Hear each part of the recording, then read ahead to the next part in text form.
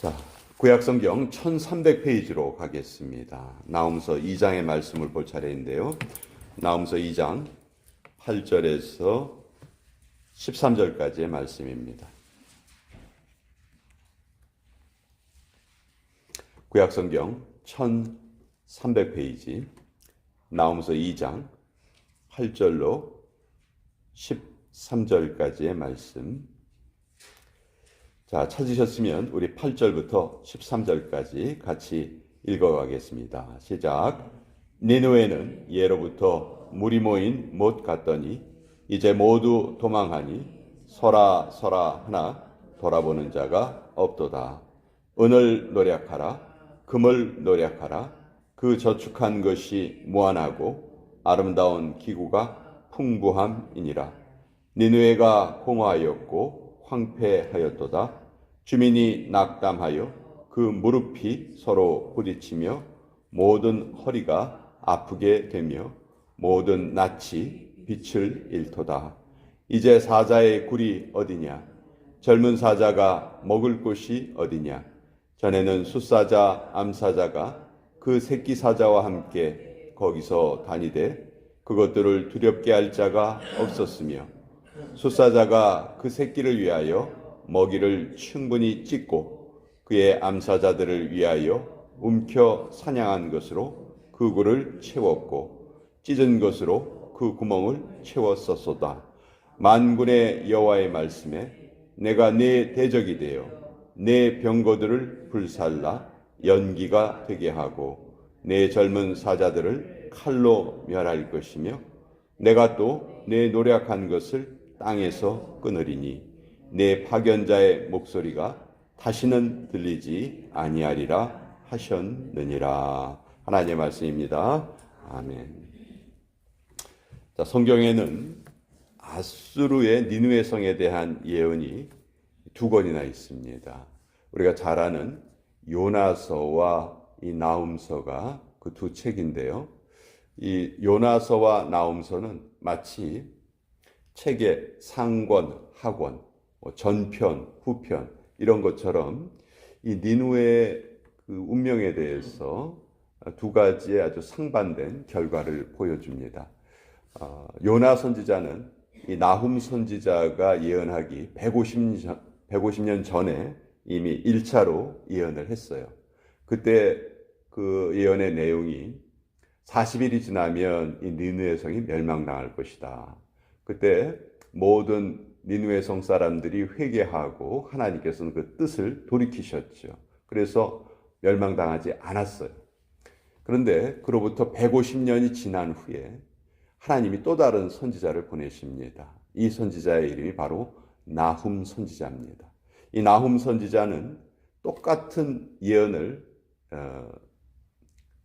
이 니느웨 성에 선포를 하는데 이 나훔의 메시지는 소망에 대한 메시지가 없습니다. 그냥 니느웨 성이 멸망당할 것이다. 그것 하나로 끝납니다.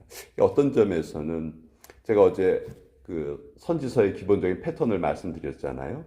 죄에 대한 책망이 있으면 그 다음에 권면과 위로와 소망이 따라와서 다시 그 말씀을 읽고 새로운 힘을 얻게 하는 것이 선지서의 일반적인 패턴인데 나훔서만 여기서 예외예요.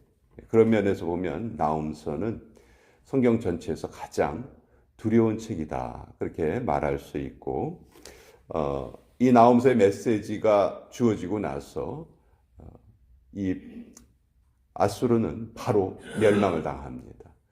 그러니까 굳이 비교를 해보자면 성경의 모든 사건들은 중의적인 의미가 있거든요.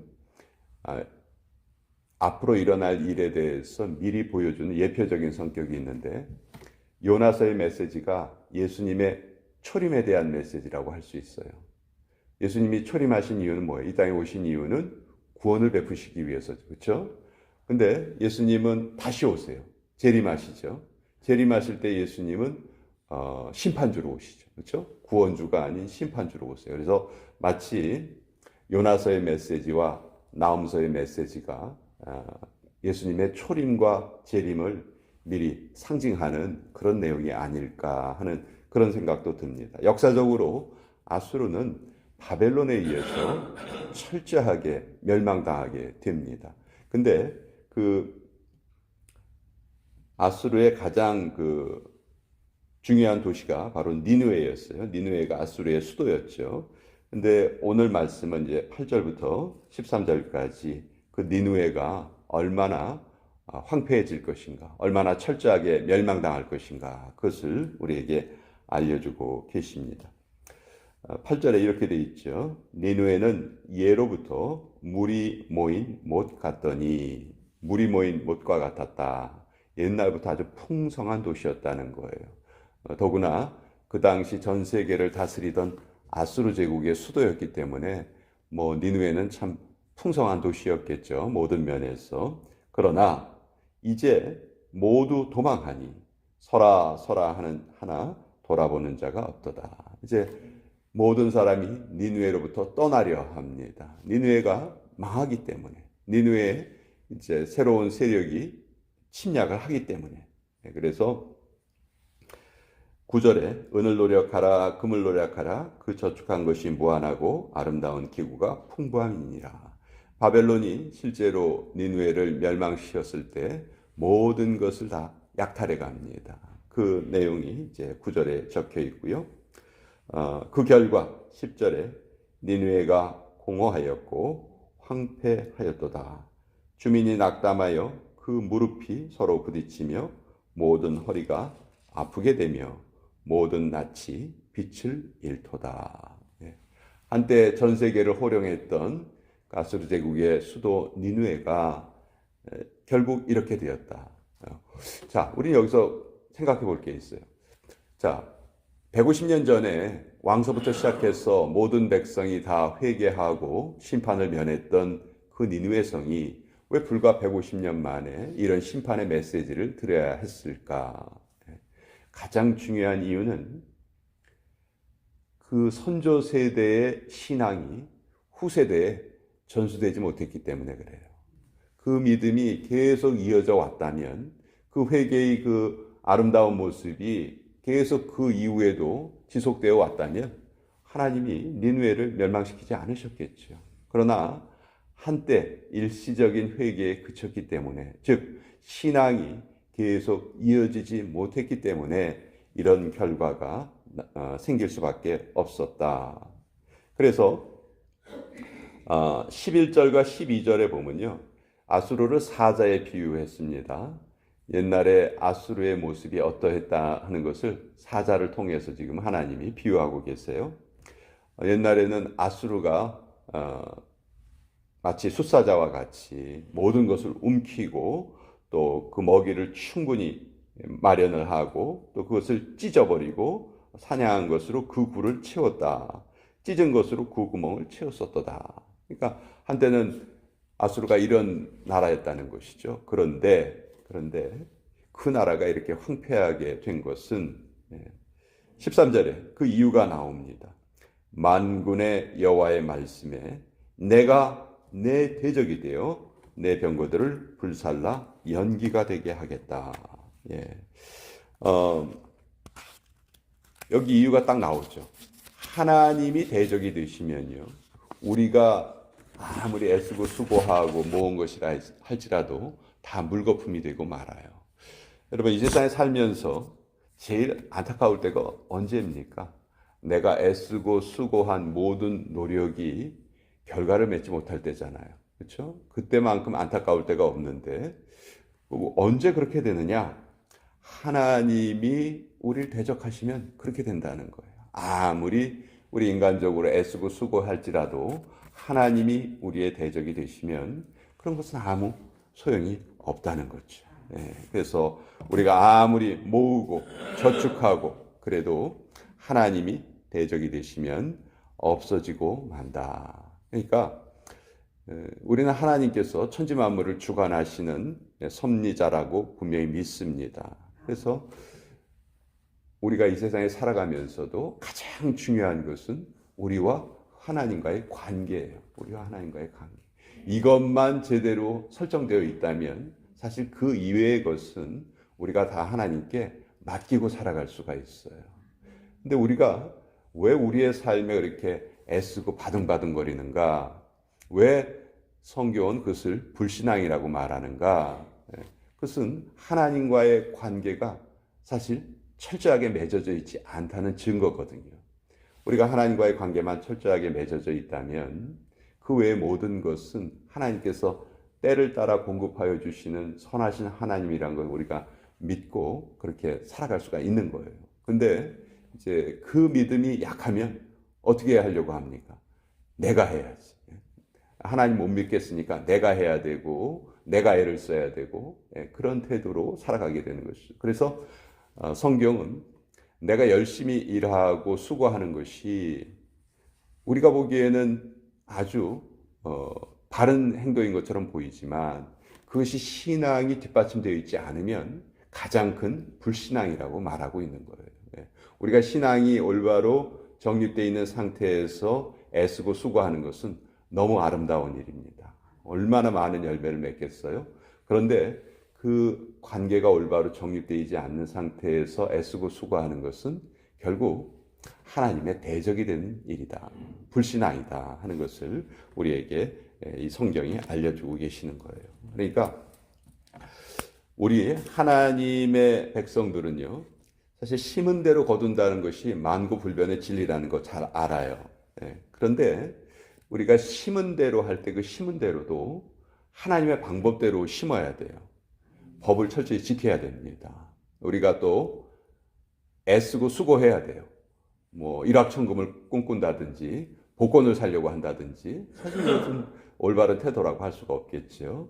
또 하나님이 우리에게 주신 것 중에 반드시 또 하나님의 것을 하나님께 되돌려 드릴 수 있는 그런 믿음도 우리에게 있어야 되겠죠. 그래서 기독교의 윤리관은 동기와 목적이 선할 뿐 아니라 방법도 좋아야 한다. 방법도 성경적이어야 한다. 그래서 지금 세상은 사실은 결과주의에 빠져 있는 것 같아요. 뭐 과정이야 어쨌든지 결과만 좋으면 좋아.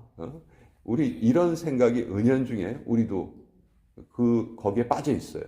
그러니까 좀 부정을 저지르고 이게 하나님의 방법이 아닌 것 같지만 그래도 결과가 좋을 것 같아. 그러면 우리 한번 해보자. 이렇게 생각을 하는데 성경적으로 아주 잘못된 그런 생각입니다. 결과뿐만이 아니고 하나님은 동기도 보시고 과정도 보신다. 그렇다면 그 결과는 우리가 바뀔 수 있겠죠. 때로 그 결과가 우리의 생각과 다른 결과가 나온다 할지라도 우린 그것을 하나님의 뜻으로 충분히 우리가 받아들일 수 있는 거예요. 그래서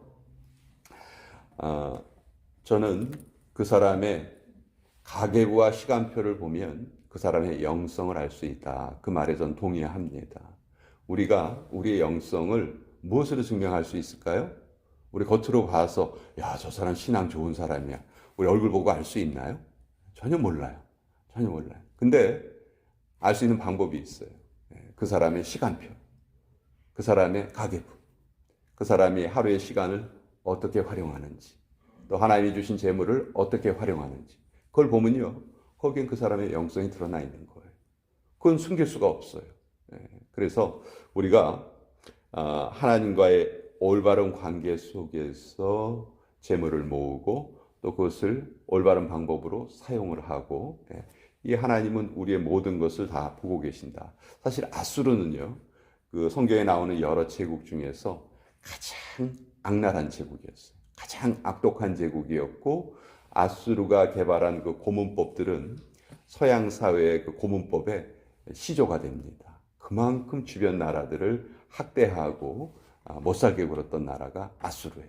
그 아수르가 또 바벨론에 의해서 멸망당하고 바벨론은 또 페르시아에 멸망당하고 페르시아는 헬라 제국에 멸망당하고 헬라 제국의 뒤를 이어서 로마 제국이 또 탄생을 하고 이게 이제 세계사의 흐름이죠.